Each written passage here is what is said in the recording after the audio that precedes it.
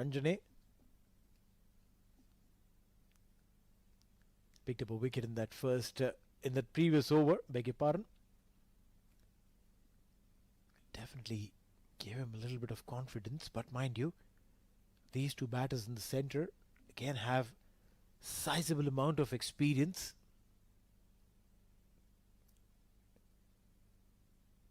And their job would be to just put their head down and get as many runs as they can and stay for as long as they can. Driven it.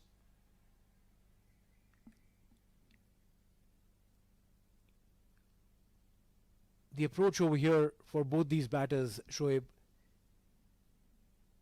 shouldn't be of being oh so aggressive. Let's try and look for boundaries. Just get those singles and doubles going. Keep the scoreboard ticking. Yes, again, like they've just lost 2 wickets in clusters, so the writing is literally on the wall. Just not lose any more wickets, regardless of um, how many they can get in the next 10 overs. The mission has to be to stay there for the 10 overs without losing wickets. Even if 25, 30 runs they can manage to get, that should be okay. But you'll have to just rebuild, re-strategize, recalibrate, and look to chase that target down. Now, 71 runs in 15 overs is not bad in a run chase. They need another 192 runs from 201 balls, so they've got enough time to come back into the game. That's the beauty of one-day cricket. It gives you opportunities to bounce back. In T20 cricket, one good over and the game can go away from you. But in a 50-over format, you can claw your way back into the game if you can apply yourselves. The application is important. Will these two be able to put the troubles of the top 3 batters aside and apply themselves almost as if they've started batting from now on? Required run rate 5.76. 6 singles in an over and you're still ahead of the curve. A couple of bad deliveries here and there. You get a couple of boundaries here and there. Runs keep coming in.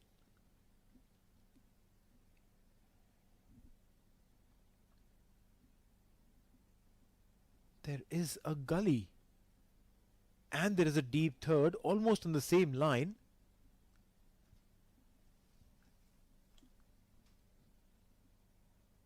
We say that cricket is a game of angles, and that angle is brilliant. I wonder what is the reason behind it. 17 overs gone, it's 72 for 3.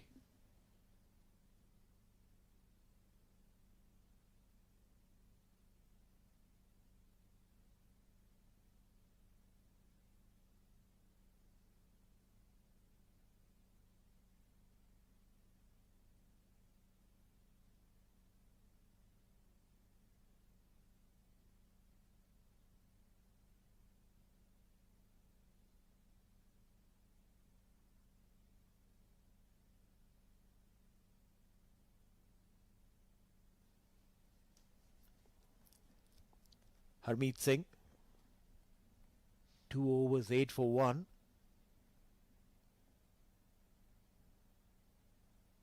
Down the leg side, he's shouting, he's appealing, but the umpire's not keen. A couple of runs will be added to the leg by column.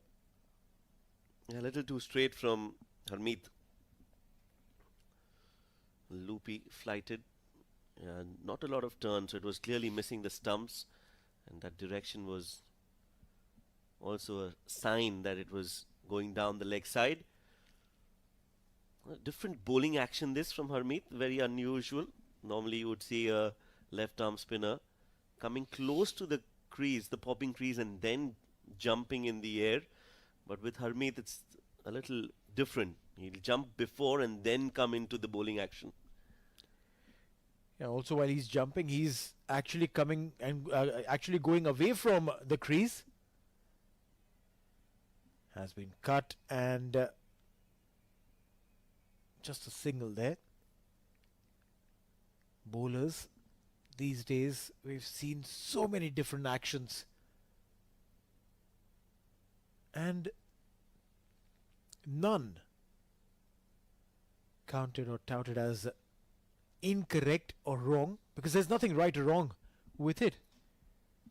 Some of the most unorthodox bowlers or actions have produced some of the biggest bowlers in the world, be it the likes of Lasat Malinga, Jasprit Singh Bumrah. Everyone, any coach for that matter who would have seen them bowl in their childhood would have said that no, don't do that. But kudos to their coaches who did not change their actions or ask them to make those amends. We've had the pleasure to see them at the highest level. A dot ball to end the over, 18 gone, 76 for 3.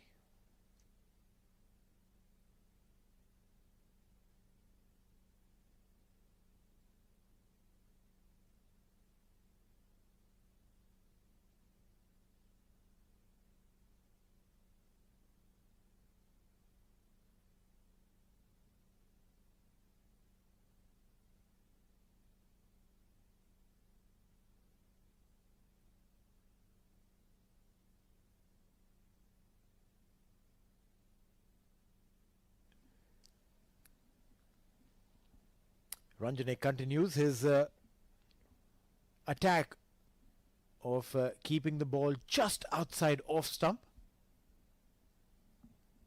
And what is impressive is the fact that the wicket keeper is standing up for Shubham Ranjane, which primarily means that he can maintain his length without worrying about the batter actually coming and down the line to attack him.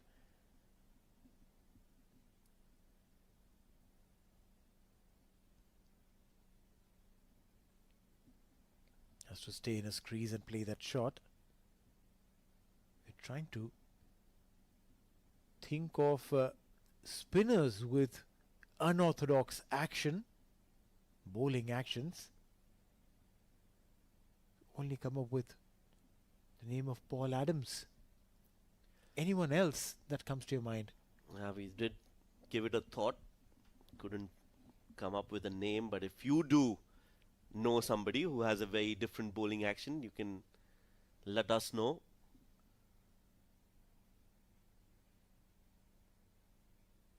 Shubham Ranjane.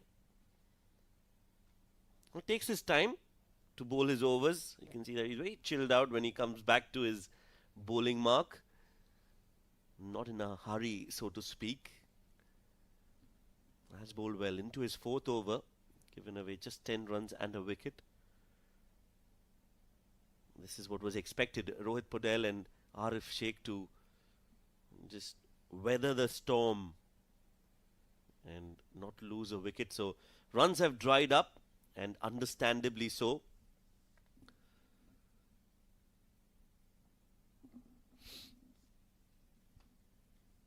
.77 for 3. And I reckon both these batters wouldn't be really bothered about the rate of scoring, because once they have settled in well, about 25 odd overs past, would be simpler post that. 97 is what the USA had scored at the 25 over mark, and post that they went on to score 262. So I don't see any issues, or as the Americans would say, I don't see no reason why the Nepalese batters would find it any challenging to think of a similar approach. There's a proof of concept. Like we discussed earlier as well, they just need to see how USA batted and just continue to bat like that, because this pitch has no demons, and we saw that it gets a lot easier to bat as the day progresses. 19 overs bowled, 77 for 3.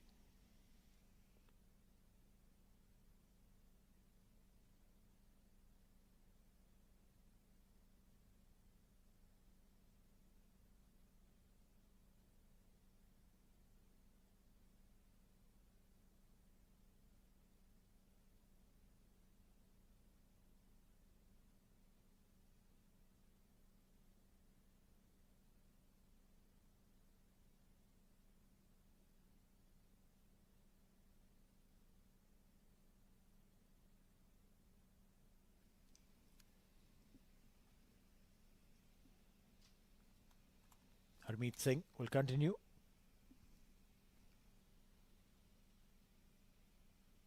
Will be a dot ball to start off with. Did think of another name, and that was of Kedar Jadhav. Slightly unorthodox because he would not bowl from the 11 o'clock or 12 o'clock action. Would be more like Lasat Malinga kind of an angle, and also would bend his knees to that action to that extent that it almost felt like he was sitting on the floor and bowling, Kedar Jadhav. So some of those actions have been different, if one says so. Some spinners also tend to just hold on to the delivery right at the top of the mark before delivering. Mohammad Hafiz used to do that a lot.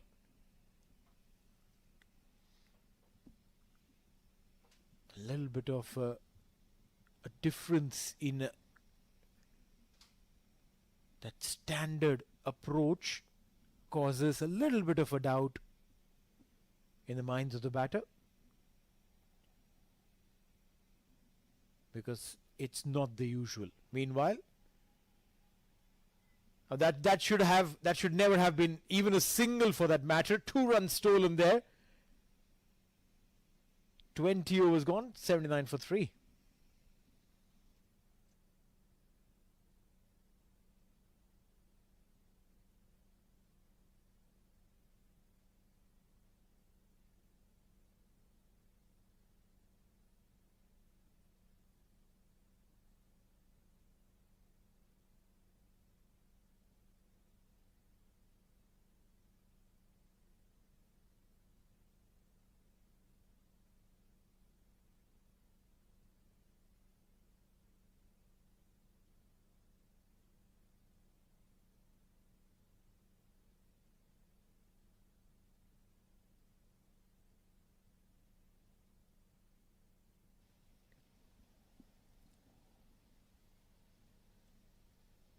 Ranjane and Harmeet have definitely added a lot of pressure on this batting pair, not giving a lot of runs. Last 5 overs, in fact, have just conceded 8 runs, picking 2 wickets.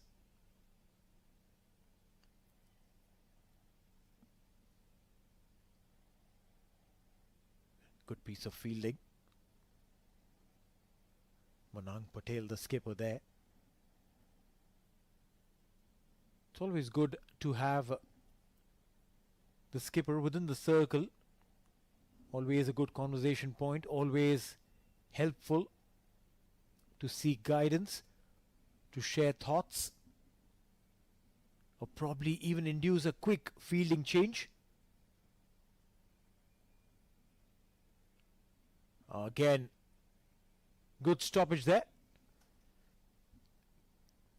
3 dot balls. Something has to happen now, Shoaib. It's been a very, very long time since we saw some sizable runs coming.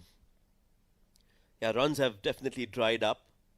Not sure whether Rohit Patel will counter-attack at this time. And this is good captaincy. I think they were just going with Ranjane, bowling some quick overs, gentle medium, not giving express pace. This is on the pads. Poor ball. And straight into the hands of the fielder. Well, what a catch that is. And what a moment in the game this is for Nepal. They lose their skipper. It was a bad ball. But sometimes bad balls do get you wickets. In this case, it's one of the biggest.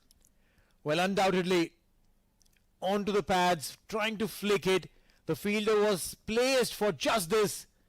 And he takes an exceptional catch. Runs had dried up, and Sai Teja takes a phenomenal catch to get rid of the skipper. Gone for 2. And Nepal 79 for 3.